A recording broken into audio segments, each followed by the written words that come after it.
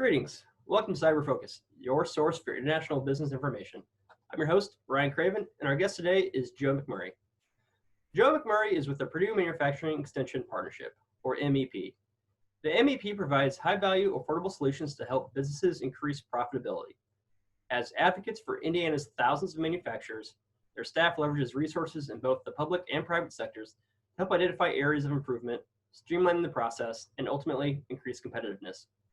Joe receives Purdue's MEP's Export Tech offering, an export assistance program that helps companies enter or expand in global markets. In addition, he provides Purdue MEP clients with leadership development and training services. He's also been a lecturer at Purdue University in both the organizational leadership and industrial technology programs. Joe has a master's in business administration from Indiana Wesleyan University and received his bachelor's of science in general management from Purdue University. Joe, thanks for taking some time out of your day to tell us a little bit about kind of your experience in the export world and what's, kind of coming down the pipeline and what some businesses can do to kind of get ready. The importance of looking at exporting now, especially in a time of, domestic growth and spending, and even kind of the whole global stage is looking at a decline or a slow recovery process. Kind of tell us a little bit about that. Yeah, so as you mentioned, and by the way, thanks for having me, Ryan. I really appreciate it. I'm looking forward to this discussion. Happy to be on the program with you. The domestic economy is slowing a bit. It obviously had a curve, and there's some people that would suggest that maybe it's going to be more of what you might call a V-shaped curve, where we went down significantly, obviously, with the shutdown throughout the country in March and April, even into May. And the original thought was that maybe it would be a V curve. In other words, once we start opening back up, things would really start clicking. But I think now what we're going to see, and some people had already estimated this, or forecasted this, that it was going to be less of a V and more like what we saw. Unfortunately, what we saw back in the 2009, 2010, 2008 era, where we saw a real drop off, and then it didn't V right back up. It actually was more, I know it was mentioned in another talk that you had, this idea of a swoosh, the Nike swoosh or whatever. I've heard that term. The idea that the growth back up was going to be very, very incremental. So it was going to be very slow. And what's interesting about that is even some of the surveys that we've done. So we're part of NIST. So Purdue MEP is funded by NIST, National Institute of Standards and Technology, and the national MEP. So we're a national network, and that national MEP has actually done some surveys out there. And right now they're forecasting that it's probably going to take manufacturing, which is where we spend most of our time, it's going to take probably 18, 24 months for manufacturers to get back to where they were. And that assumption, I think, is based off of us not having any further disruptions as far as shutdowns. And of course, as we're seeing in the news today, there's a lot of issues around that, right? Because there's a lot of states that are starting to slow down their reentry a little bit, or starting to back up a little bit and say, okay, well, we need to start maybe doing some things, going back a little bit to try and contain the spread. And so when you look at those things, then you say, okay, well, what is the recovery going to look like? And it's certainly not going to be a V. It's going to be more like we drop down, and now it's going to be a gradual incline, just like we had in the Great Recession.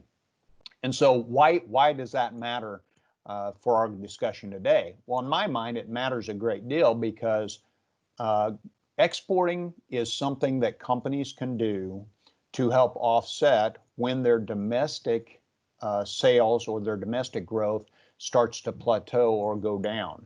And so just like with any business, right, I'm looking for business opportunities. And let's be honest, and we hear this statistic a lot when we're talking about exporting, but 95 to 96% of all the customer base, all the end user base is outside of the United States, right?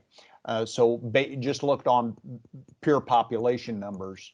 96% of the world is outside of the United States. And so given that, that would mean then that you don't want to exclude yourself from those markets.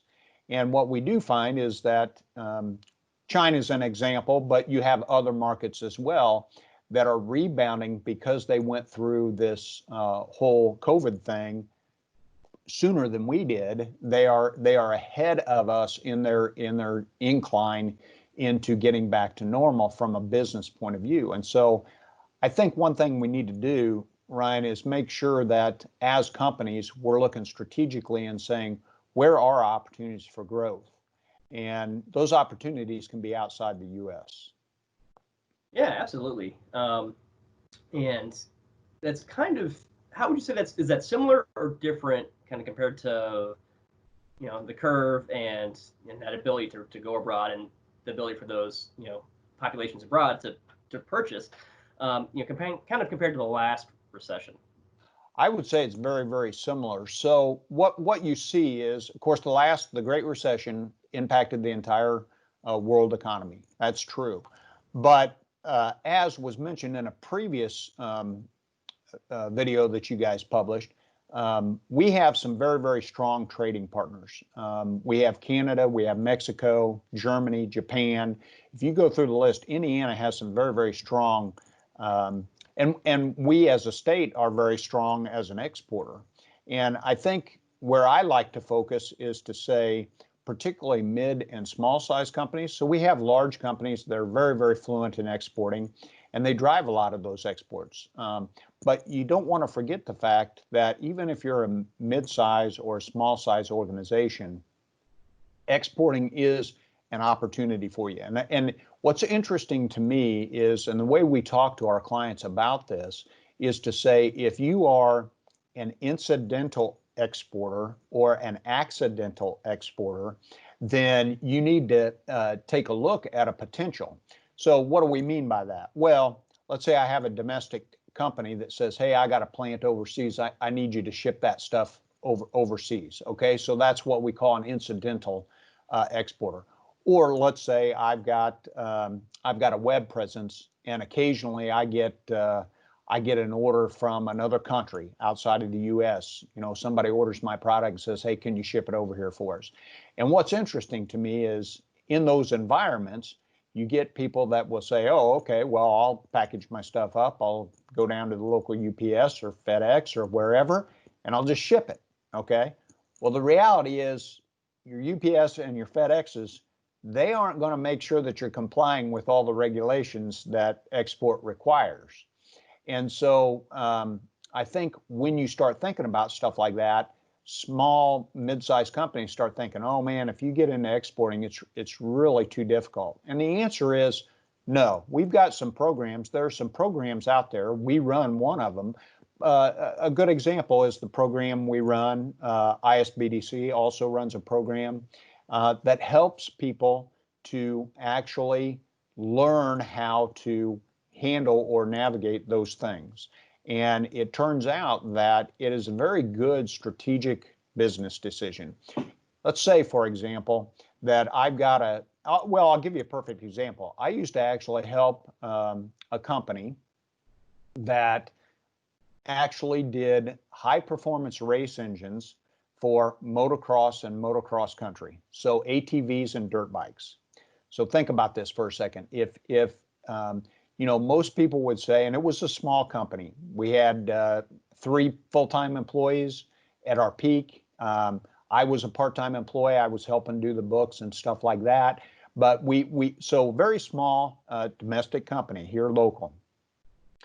We started getting a following, interestingly enough, overseas through Facebook, using Facebook as a primary platform. Intriguingly enough, we started getting people wanting to know if we would work on their engines and convert them into a high performance race engine for their market. And so we actually worked out a shipping mechanism where they were shipping things back and forth in coolers, actually plastic coolers, They were shipping partial engines, in other words, the top end of the engine, or the whole engine, believe it or not. And they would ship it in, and we would do the refurb, and we would ship it back. And we started doing business not only with Canada, we were doing business with UK, Paraguay, Australia. You start going through the list. Now, this is a small business, okay? But the reality is that export was a fantastic way to increase our revenue and continue to grow the company. And I think sometimes, particularly small and mid-sized companies, overlook those opportunities. So one of the things I would want to say to your audience that's listening to us today is don't discount those opportunities. If you're plateauing or you're stagnating domestically, let's take a look and see, do you have any exports that you're doing either accidentally or incidentally? And let's go ahead and see if there's a market there that we can tap into and carve a beachhead and start going at it as part of our strategic business plan.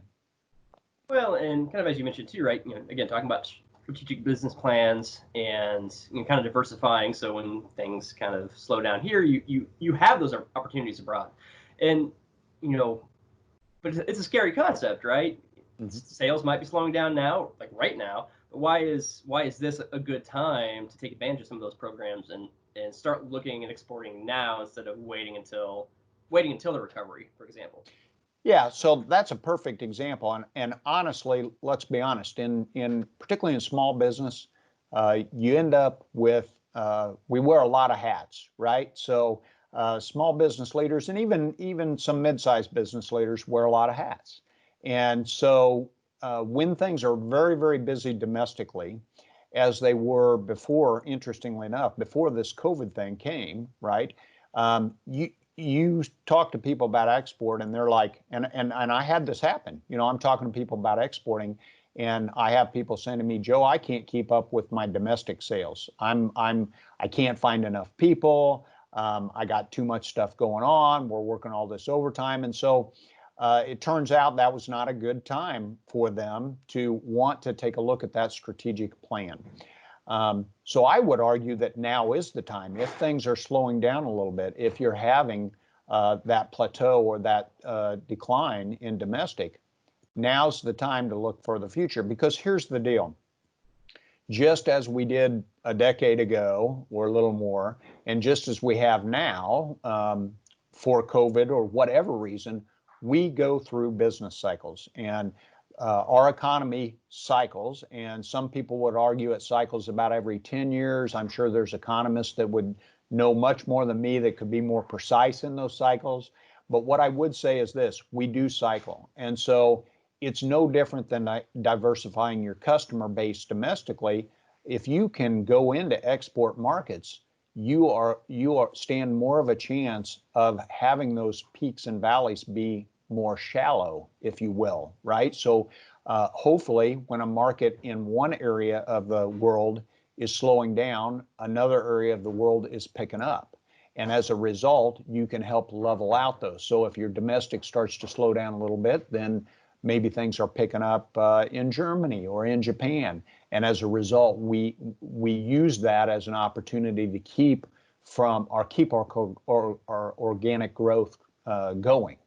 So now's the time. I would say, I would encourage any business owner now is the time to take a look at exporting if you haven't, and said, maybe there's an opportunity here for us to continue to grow and to also diversify. And that's really what we're talking about. So, well, that's a great segue to, as an SME, even being exposed to this initially on my end, some of those topics, and as you mentioned before, seem very intimidating, seem very broad, and there are a ton of resources available for SMEs, and especially in Indiana to learn about exporting, to get that help, to get that expertise.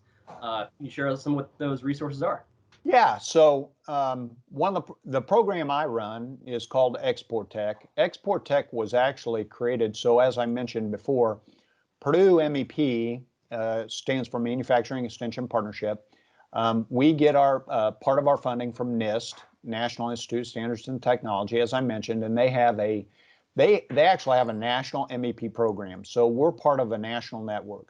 And NIST actually funds MEP centers in all 50 states plus Puerto Rico. A lot of people don't realize that. Purdue University houses the Center for the State of Indiana.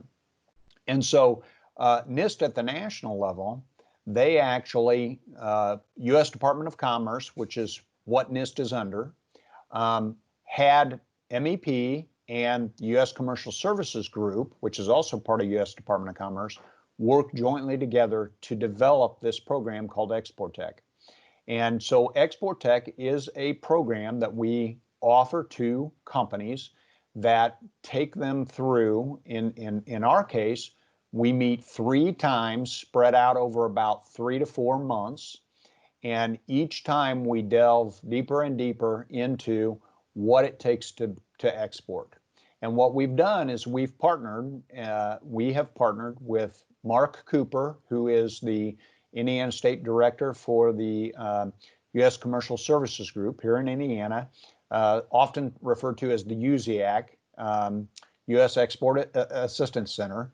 And so Mark and myself, and then also a guest that you've had previously, Andy Rinke with the ISBDC, he contracts with the ISBDC.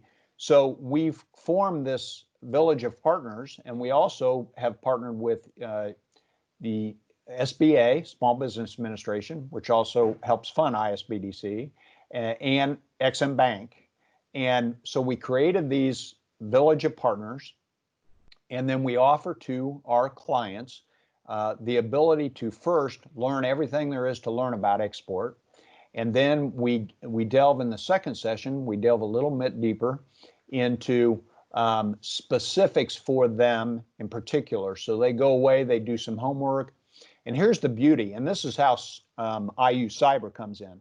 So IU CIBER offers, first of all, we are part of that grant, IU CIBER grant. And so the companies can help offset the cost of an Export Tech with IU CIBER funding. So that's been very, very helpful. We're very happy to be part of that program. That will cover half of the expense. And IU CIBER also has an internship program. And what we do is we use that internship program as an opportunity to grow our future leaders in export or international business. And so we've been blessed to be able to partner with IU CIBER in this regard. So we actually get students to help in the research, but the companies themselves have some research that they have to do with the help of the students. And they come back for the second session and they say, okay, here's kind of the markets we're looking at. Here's what we think is going to work. But here's some specific things that we're concerned about. And so we go through and we talk about intellectual property. We talk about third-party freight forwarders and things like this. So we introduce them to some more of the specifics. And then they go off and they have more homework to do, in essence. And the students help with that as well as the coaches. Both Mark and Andy are coaches for them. And then we have them come back and they present their strategic business plan. My take in all this is really I'm kind of a dot connector. I basically am there to help connect them with all the local, state, and federal resources that are available to them. And that's that village of partner that we talked about. And then also I've got some experience at helping companies write strategic business plans. And so my background, my experience is such that I can help them think strategically about how we're going to enter that market. And so they come and they present in front of a panel of experts. And you know, from the video you had with Andy, there's a very, very similar program that Andy runs that's, or ISBDC runs, I should say. Andy helps participate in that. And that's the Indiana Export Accelerator Program. So, and that's another thing that IU CIBER has partnered with that group as well. So those two things, they tend to run that program in the summer, and then I run programs in the fall and spring. And between the two of us, we have a very large complement of ways of helping SMEs, your small and mid-sized manufacturers or enterprises, to develop a strategic business plan that's going to get them into a foreign market. So, yeah, I also want to mention one other thing, Ryan, before I forget. Sure. Another thing that we are very, very happy about is that, and again, this worked through the ISBDC and IEDC, Indiana Economic Development Corp. Indiana made the decision a little over a year ago to apply for, and they did receive the STEP grant. And so Indiana STEP grant is another grant that helps in exporting. And there are funds available there as well. So the program that I'm involved with, they will pay the other half for a company that is wanting to go through export. They'll pay the other half. So we really, really are excited about the fact that companies can come through our program and really have those costs offset by those two grants. And so I would say now, if there were any time, now would be the time for small and mid-sized manufacturers to really take a look at those export markets and say, you know what, here's an opportunity maybe to pick up some additional business since my domestic business has fallen away a little bit.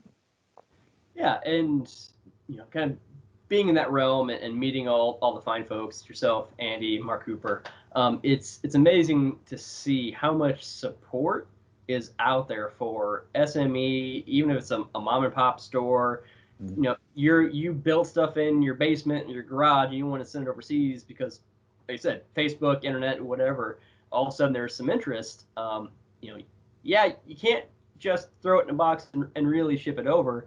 Right. And there's these amazing free resources to help you actually plan that out, build that into your plan, and actually have a growth strategy and do it the way it needs to be done. And on top of that, there's not only free help to get you there, but also opens up a whole nother realm of just what are those resources, what else other funds are out there as you kind of go along. Right. Yeah, and it's you mentioned resources. I think that honestly, most people don't realize how many resources our state and our federal government offer to exporters.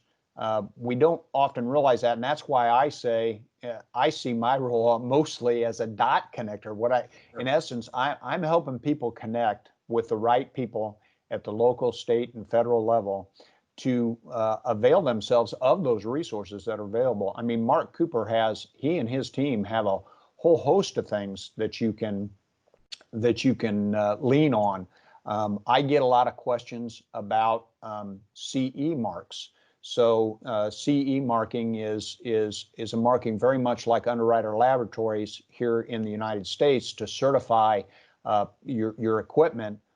CE is a European marking to certify your equipment. They have some resources that can help you to understand what all you need to do in order to get that marking. So it's just small things like that not everybody really understands, but having that CE mark means something in the European market. It's very important to have that. And just like in some pieces of equipment, you really need a UL marking, Underwriter's Laboratory marking, here in the United States because it holds a lot of weight if your equipment has that marking on it.